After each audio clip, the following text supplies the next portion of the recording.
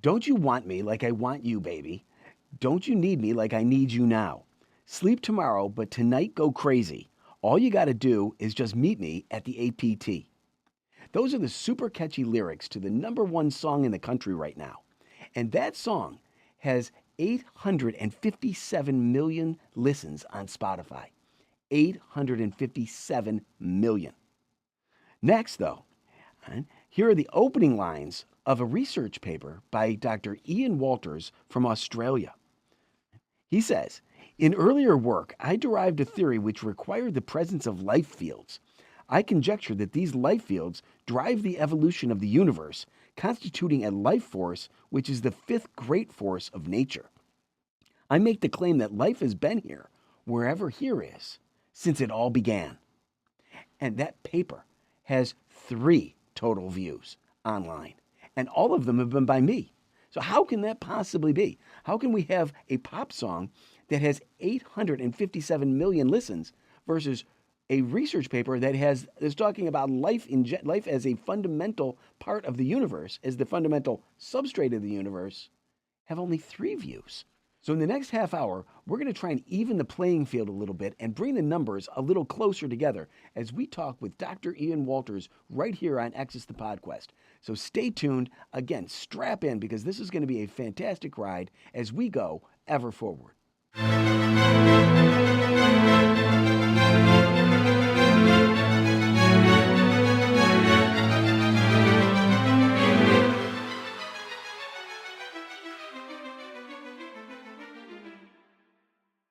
All right, welcome back to Access the Podquest. I am so excited to have on this show a fantastic guest for us. His name is Dr. Ian Walters, and I discovered him through online research and specifically this paper right here that's in my hand. It's entitled Life Fields as the Driving Force of Universal Evolution. It's literally one of the best things I've ever read, at least halfway through. And I say that the second half wasn't only because, as I'm showing you right now, it involves math and therefore way outside my ability to follow. But I'm sure it was also fantastic. But the first part just blew me away, and I absolutely had to have Dr. Walters on the show. In fact, I approached Dr. Walters about this and about being a guest on Access the Podquest before there was an Access the Podquest. This was while we were in development, and I'm so super happy to have him with us here today. And Dr. Walters, welcome to the show. Thank you. Good to be here. Fantastic. So, Doctor, as I kind of introduced this a little bit, you have a theory that we want to explore, and it involves a life force, which is the super coolest thing that I've heard, and I really want to know more about it. So why don't you give us an overview of that just to start us off? Well, there are 4 basic forces in nature, and one of those is gravity, which is fairly obvious. The other one is the electromagnetic force, and then there are 2 to do with atoms and molecules. We call the weak nuclear force, which is basically the one that guides decay, like radioactive decay. And the other one is strong nuclear force, which basically holds the nucleus together. And for as far as I can read, for decades now, physicists have anguished about this and have speculated that there must be another force. There must be. I don't know why. I'm not a physicist. I'm an anthropologist. But they've been saying this for years, and then bingo, along comes my theory, and it's not the only candidate in the shopping centre for the fifth force of nature, but it's a fine one because it's derived, and that's what appeals to mathematicians. It's not just sort of dreamed up by someone who gets out of bed in the morning and says, I think there's a life force. When you derive something mathematically, it brings with it a power that it doesn't guarantee 100% correctness, but it brings with it a power that makes it worth investigating experimentally. And that's the important part of it. We live in all our sciences by experimental evidence. We live or die by that. And this theory is no different. It will live or die by experimental evidence. And we can talk about that later. But the life force, I've conjectured if there are life fields, and there are coupled life particles, which there must be, fields must couple to a particle, then they produce a force, just like the electron helps produce the electromagnetic force. And the so-called graviton, which everybody since Einstein's been speculating about, deals with the force of gravity and so on. And so my life force is only at this stage very much a conjecture based on what are factors derived in my theory. That's the life fields and the life particles, Yeah, because it if you makes will, sense then. yeah, tell us a little bit more about the fields, life fields, and let's start with that. What is that? How does that fit into the overall scheme of things, and where it fits with your life force theory? Okay. Well, the first thing to say about fields is that they are the basic tools of physics. They were first introduced to physics over 100 and something years ago by Michael Faraday, the great English genius, and who was beginning to work on electromagnetism. And he was the first. Others were working on it too, but he was the first to suggest that these electricity traveled because of what was going on outside the wires. There wasn't whole lot of little billiard balls running along the wires. And he called these fields, and everyone laughed at him. And then along comes the young Scottish genius James Clerk Maxwell, and he writes this brilliant mathematical theory showing that not only was Faraday correct, but that we could write beautiful mathematics about these fields and their coupled particles. And it threw a switch. People like Einstein, for most of his career, kept a photograph of Faraday and a photograph of Maxwell on the wall of his study. He idolized those two men, and it showed the kind of status or stature that fields and particles had. And fields are simply, if you think of a field as just a place in space where everything has a value. And so in the electromagnetic field, for example, any point in space has its coordinates, and we can see where it is, and it has a value at that point. And these points change, just like hills in a landscape do, or valleys in a landscape. And but the field is the whole thing, and Yeah. and it couples to these particles, as I keep saying, and it basically provides for all that happens in the forces of physics. Interesting. And so now are you looking at this and saying, well, there is there are substance particles themselves that are life giving or life bearing, and that they kind of attach to a life field and bringing all that together? Correct. But we must be careful to differentiate, as I do in various of those papers of mine, between what I call life as we know it, and Mm-hmm. that's brackets here on Earth, and life itself. Now, I'm talking about a really fundamental property called life itself. I'm not meaning that there are little green eyed men out there. I'm not talking about that kind of life that fills up kids' comics and sci fi movies and stuff like that. These particles, if they're shown to exist, are particles of life itself. And they I've shown a mechanism in one of those papers for how they could, I'm not saying they would, I was about to say would, but I say could decay into the normal baryons, such as protons and neutrons, and capture electrons, and thereby eventually, after a long chain of events, set up what Susskind calls the tinker toy molecules of life, those DNA and RNA and all those huge molecules. But I'm not saying that the universe is full of DNA and RNA. This is life itself, which, if shown to exist, will not only decay to give us the protons and neutrons that we need for life as we know it on Earth, and no doubt for other places in the universe too, but also it suggests. I can only say suggests at this stage that such a life force will be absolutely fundamental to what we understand the universe to be, and that is a frighteningly big thing with lots of stuff in it. Yeah, well, that's And the very very appealing concept in many respects, and one of the things that that strikes me is exactly what you said. I mean, a question would be: are you saying that life is fundamental? Life is the fundamental substrate of everything, and perhaps that is what you're saying. it's what my theory suggests, yes. Okay. And life itself, the life particles are life, and they then decay and become the other things that are more recognizable to us that lead to these structures like DNA, etc., right? Correct. They are busy, not only decaying, but they are busy. And now, this is a big leap, but they are Hmm. busy creating matter at the same time as well. So they are certainly fundamental to the universe. Well, it's fascinating. I mean, it really is interesting that we're bringing this up now because we recently did a couple of episodes that we're talking about whether consciousness is fundamental. Is that the fundamental substrate? You're saying life is the substrate. Consciousness might be totally different, but life, you're saying, is the basic level.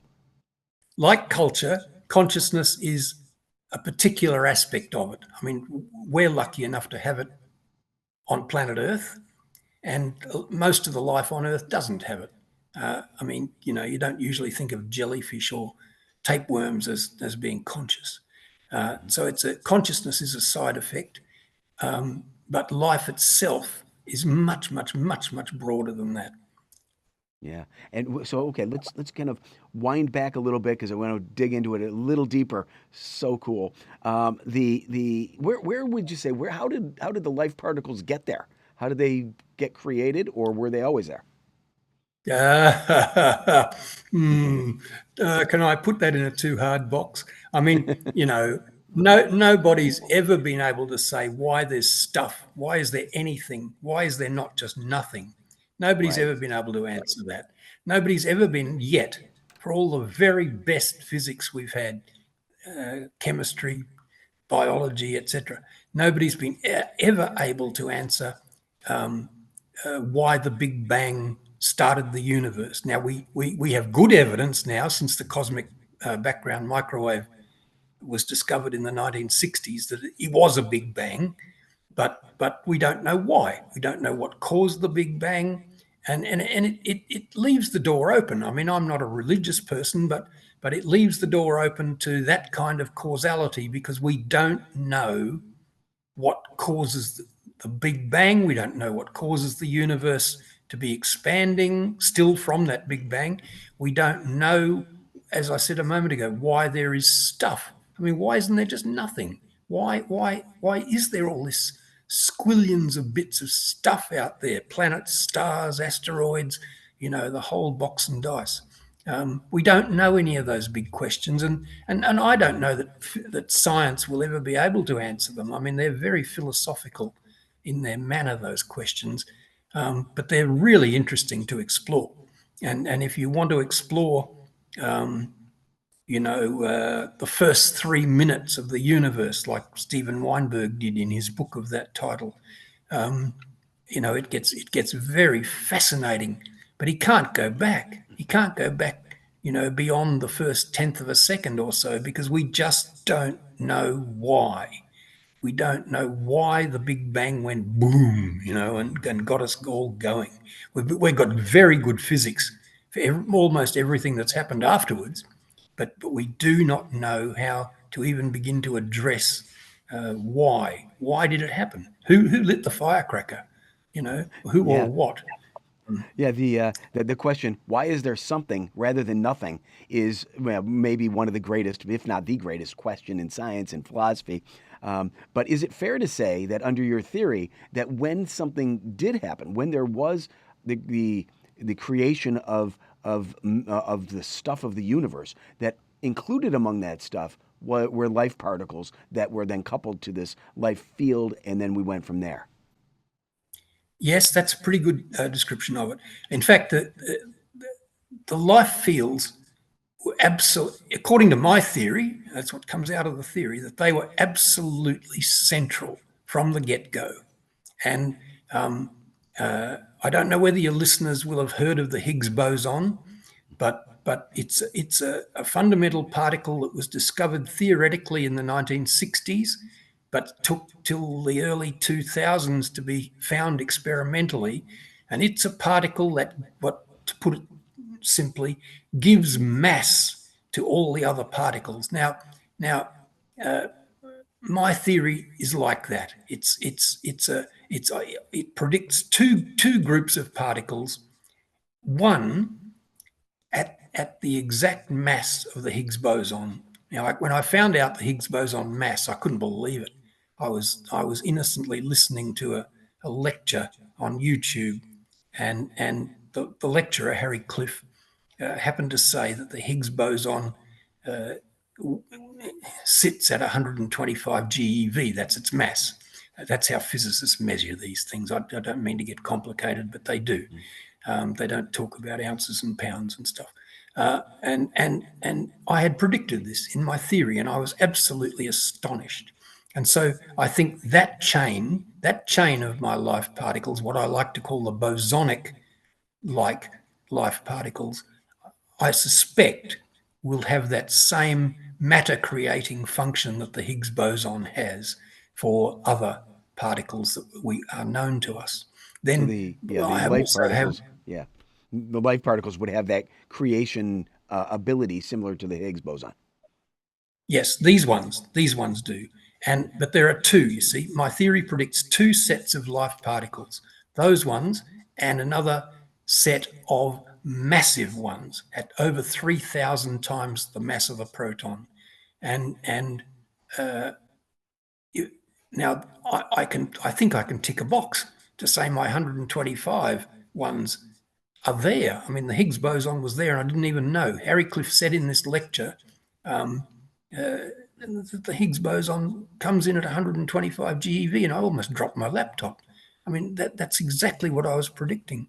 But my second one now needs confirmation. It's these massive particles at over 3,000 times that, which when they decay, as I was saying about 5 or 6 minutes ago, when they decay with a massive transference of energy, which I'll talk about later if you like, but also into the more regular particles that we're aware of, that we can then build things with. We can build stuff from protons, neutrons, and so on. We can't build stuff from life itself. Life itself, on the one hand, just sits there full of all this gunpowder ready to help us. And on the other hand, it buzzes around like the Higgs boson and is a maker, a constructor, a builder. Well, without getting too far into the mathematical details, sorry about that, but it would just go immediately over my head. Without doing that, can you give us what was like some of the evidentiary support for your thinking? What are you basing your idea that there are these there is this life force, the life particles, and the life fields? Well, that was all anthropological theory. That came, as I said, I trained as a Holocene archaeologist, Mm-hmm. and trying to write this theory of the human Holocene. I got to a point where the final equation needed a factor of energy. Now, okay, I could have just put in E for energy, but that would have only just left us with an E on the left-hand side and an E on the right-hand side. You cancel them out and you've got nothing of interest whatsoever. So you've got to find some way to get energy in there. Now, the obvious way is to put in the most basic tools that physicists use and have used for 100 years, and that is fields, to put a field in there. And I also said this 5 or 6 minutes ago that for anthropologists and archaeologists, that's easy because we've been calling them cultures for a long time.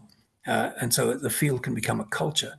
The psychologist Lewin, 60 or 70, 80 years ago, called the environment that his psychological patients or whatever they were lived in.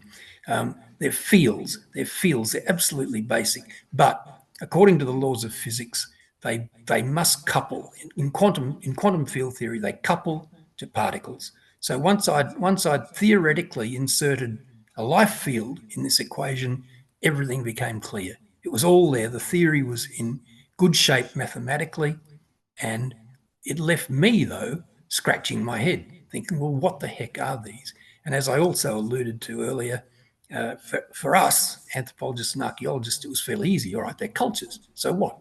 But hang on a sec, I said. You can't have culture if you don't have life. Rocks don't have culture. You've got to have life in there. So these have got to be embedded. Embedded's a word I use in my papers as well. These fields are embedded in what must be life fields, and that was the moment of discovery, because then the life fields have to couple to life particles. So I did a series of calculations, which I won't go into, but it showed that there were two sets of particles possible, and one set was smaller at this 125. I won't go on with that further. And the other set was massive at over 3,000. Now, as I said also earlier, I was astonished when Harry Cliff announced in this, in this lecture that the Higgs boson, the well-known builder, the well-known maker of mass in particles, sat at 125. And I thought, oh my goodness me, I've either found a theoretical way to account for the Higgs boson, or, which is much more likely, my life builders are just part of Higgs boson doing its work, or, and this may be even more massive, the Higgs may be just one member of the set of builder particles. And then the other, as I said also, the other one that the theory predicts are massive ones, 3,000 times that. And guess what? I mean, that they're perfect candidates. Well, in terms of, we don't really have a perfect candidate because we don't know enough about it, but strong candidates for dark matter. And there's a big search on now in the physics world for what is dark matter. What are the particles? It's most likely going to be particles that are going to be at the heart of dark matter, and these big ones are quite likely to do that because they will decay. We can't find them because when they're dark for obvious reasons. It means they don't emit or radiate light. They don't have electrical interactions. They don't react in any other way that allows us to detect them. But when they decay, guess what? We get what's called dark energy, which is driving at the moment and has been for the last 5 billion years the the accelerated expansion of the universe. The universe has been expanding since the Big Bang. The expansion's been slowing down until about 5 billion years ago when it went kaboom. And it's just like a car changing gear from reverse to drive. And it suddenly, the universe began accelerating its expansion. No more slowdown. And in my theory, it fits beautifully because I can just say, righto, that's when we get this massive decay of life particles, which turn into, if they're dark matter, they turn into dark energy, and that it's Wow. dark energy that everyone would agree is what's driving the expansion of the universe. Wow, yeah, building on that and dark energy makes that does make really interesting sense. I really like that. I had never really thought about it. But one thing I did think about when I read in your article in it and about the life particles, life field, and mostly the life force concept is that, you know, doesn't that doesn't that like help answer the question of why the universe seems to be so finely tuned for the existence of life.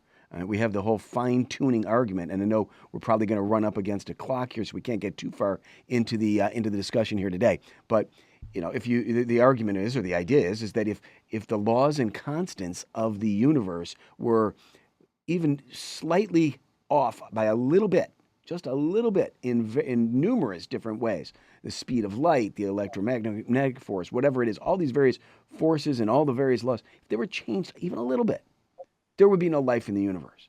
And so from Yes, there, that's scientists have put together an attempt to avoid having to say, well, then God did it, or it was intelligently designed. And so what they've done is, seems to me, come up with the multiverse idea, which might or might not have merit.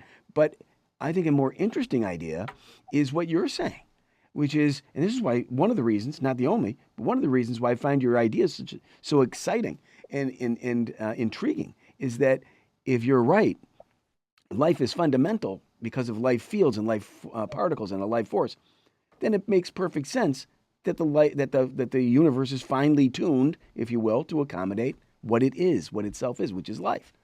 What do you have to think of? What do you have to say about that idea? Just briefly, because we do have to, unfortunately, have to wrap it up. But we can always come back another time. I think it's a good idea. Is that a wrap up? Well, good. Okay, good. No, Um, I'll say another sentence or two. Yes, I think the theory seems to suggest that life is fundamental in the point that it drives everything. It's got creator particles that give mass to things, and it's got the big ones that go kaboom and decay into the other things we want. So it's fundamental. I think it was there at the moment of creation. Whether it was there before or not, I don't know, but it was certainly there at creation. By creation I mean the Big Bang. So well, fantastic. All right. Well, again, this has just been absolutely fascinating. Love this conversation. We'd love to have you back on at some other point as well to maybe pick this up and talk about other aspects of it. I'd love to have you, the audience, weigh in on this. What do you think about this concept of life fields, life forces? How intriguing is it that we're looking at the substrate of everything, not being matter and not being space, not being space time, not being consciousness, but rather what Dr. Walters is suggesting that the substrate of everything could it be life itself? And that is just as compelling as it could possibly be. And Dr. Walters, I very much want to thank you for being with us today. I know it's you have a busy schedule, and having taking the time out to spend with us is just a remarkable thing, and we very much appreciate it. I know that this isn't something that you normally do, but I again very much appreciate that you've extended this opportunity to us. And we'd again love to have you back on in the future so that we can pick up this conversation and carry it ever forward. yeah, thank you, Brian. I'm very grateful for the opportunity.